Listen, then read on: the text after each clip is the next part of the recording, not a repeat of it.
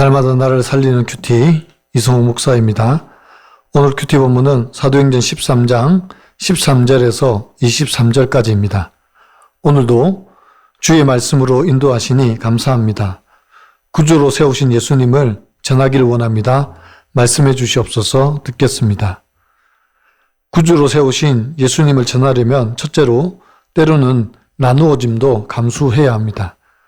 13절입니다.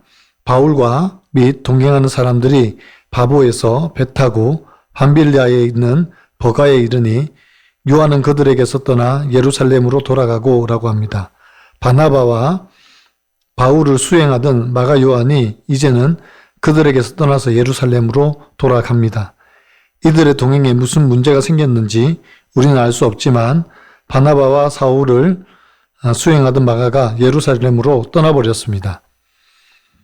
14절과 15절에서 그들은 버가에서 더 나아가 비시디아 안디옥에 이르러 안식일에 회당에 들어가 앉으니라. 율법과 선지자의 글을 읽은 후에 회당장들이 사람을 보내어 물어 이르되 형제들아 만일 백성을 권할 말이 있거든 말하라고 합니다. 바울의 일행은 비시디아 안디옥에 이르러 안식에 회당에 들어가 앉았습니다. 그러자 회당장이 율법과 선지자의 글을 읽은 후에 그들에게 권할 말을 하라고 합니다. 지금 전도 여행 가운데 한 사람이 이탈을 하였습니다. 사울과 그의 일행으로서는 참으로 안타까운 일입니다. 마음을 같이하여 복음을 전해야 하는 급박한 상황에 서로에게 무슨 문제가 생겼는지 모르지만 나누어지는 상황이 발생한 것입니다. 사도행전 15장에 가면 바나바와 바울이 이 마가를 데려가는 문제에 대해서 다툼이 일어납니다. 바나바는 데려가자고 하고 바울은 오늘 일을 돌아간 것을 이유로 데려가지 말자고 말합니다. 우리가 주의 일을 하다 보면 마음이 맞지 않아서 혹은 건강상의 이유로 혹은 개인적인 사정으로 이탈을 하는 지체들을 볼 수 있습니다. 그럴 때 우리는 어떻게 해야 합니까? 성령님은 이런 이탈 가운데도 복음이 계속해서 전해지도록 우리 가운데 역사하십니다. 그래서 우리는 상황에 매이지 않고 성령의 인도하심을 따라야 합니다. 그럴 때 복음의 능력이 나타납니다. 적용 질문입니다. 나는 예상하지 못한 어려움 앞에서도 하나님의 계획을 신뢰하며 더 나아갑니까? 우리 무리 가운데 이탈자가 생기면 나는 어떻게 반응합니까? 성령님의 인도하심에 순종합니까? 구주로 세우신 예수님을 전하려면 둘째로 듣는 자들의 배경과 환경을 고려해야 합니다. 16절에서 보면 회당장이 백성들에게 권할 말이 있거든 말하라고 권합니다. 그러자 바울이 일어나 손짓하며 회당에 모인 이스라엘 백성들에게 복음을 전합니다. 그 내용은 이스라엘 백성들이 너무도 잘 아는 내용입니다. 그것이 곧 구약 이스라엘 역사입니다. 하나님께서 이스라엘 백성들을 택하시고 애굽 땅에서 건져내신 이야기를 합니다. 그리고 가나안에서 450년간의 사사 시대를 살게 하신 이야기를 합니다. 또 20절에서부터 보면 사사 시대의 마지막에 사무엘 선지자를 마지막 사사로 세우셨는데 이 백성들이 왕을 요구함으로 하나님께서 사무엘을 통하여 사울을 왕으로 세우셨다고 합니다. 그러나 사울은 하나님 앞에 불순종하여 패역함을 범함으로 폐위되고 하나님께서 자기 마음에 맞는 사람 다윗을 왕으로 세우십니다. 그리고 그를 통하여 내 뜻을 이루리라고 말씀하셨습니다. 그러면 다윗을 통한 하나님의 뜻은 무엇입니까? 다윗의 자손 가운데 우리를 구원할 구주 메시아를 보내시는 것입니다. 23절에서 하나님이 약속하신 대로 이 사람의 후손에서 이스라엘을 위하여 구주를 세우셨으니 곧 예수라고 합니다. 하나님께서 다윗을 통하여 하나님의 뜻을 이루십니다. 그 뜻이 바로 구주 예수를 이 땅 가운데 보내시는 것입니다. 그리고 그 예수를 통하여 하나님의 나라를 완성하시는 것입니다.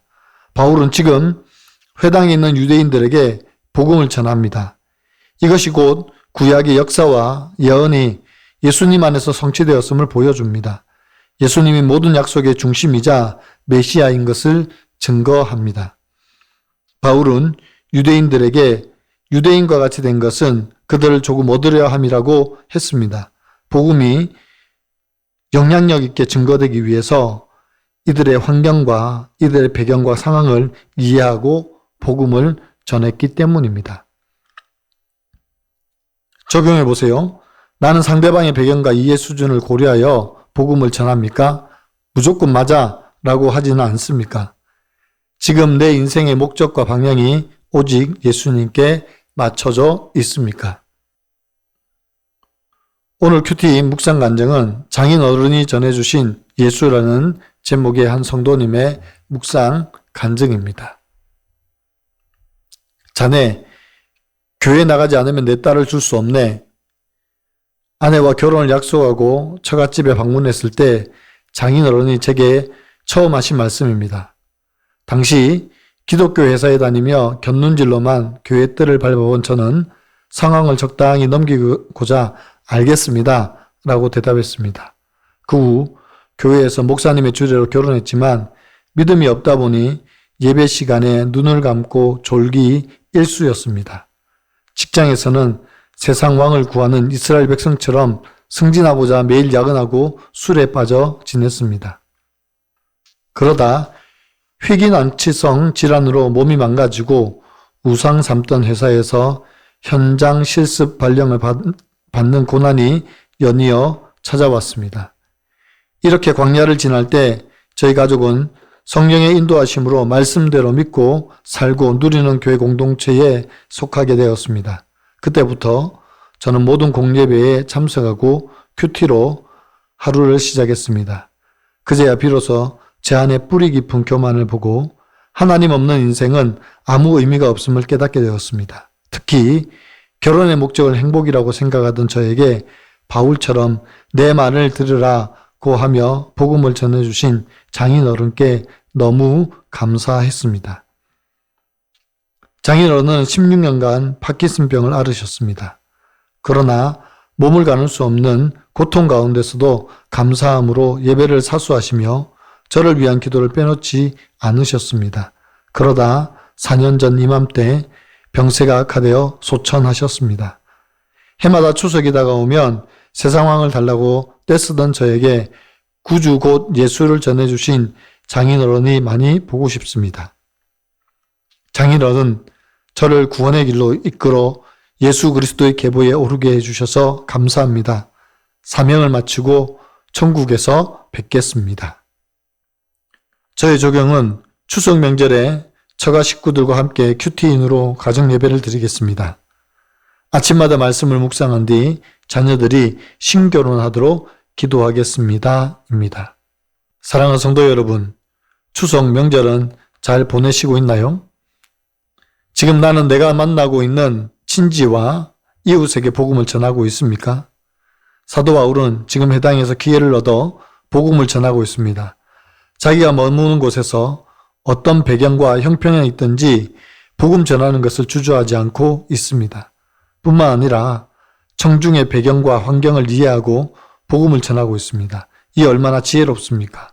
무턱대고 예수 믿으라고 말하지 않고 청중이 들을 수 있도록 그들의 수준에 맞게 복음을 전합니다. 사랑하는 성도 여러분, 성령께서 지혜를 주셔서 이 아름다운 복음을 나와 함께하는 친지와 이웃에게 전할 수 있도록 기도하시기 바랍니다. 그럴 때 성령께서 저와 여러분을 인도하셔서 진리의 복음을 지혜롭게 잘 전할 수 있도록 역사하실 줄 믿습니다. 기도드립니다. 사랑하는 주님, 추석 명절 주간이라 많은 사람들이 가족과 친지, 고향을 찾아갔습니다. 우리 주변에는 아직도 예수를 만나지 못해서 세상의 즐거움만 쫓아 살아가는 가족과 친지들이 있습니다. 오늘 부족한 저희를 통하여 복음이 전거되게 하여 주시옵소서. 바울에게 회당장이 복음 전할 기회를 준 것처럼 성령께서 우리의 상황과 환경을 주장하셔서 우리의 말과 행동으로 복음을 드러내게 하여 주시옵소서. 그래서 이번 추석 명절이 전도의 장이 되기를 원합니다. 지혜가 필요합니다. 주님, 성령께서 지혜를 주셔서 다툼과 허용으로 하지 않게 하시고 오직 겸손함과 순종한 마음으로 담대히 복음을 전하게 하여 주시옵소서. 예수 그리스도의 이름으로 간절히 기도하옵나이다. 아멘.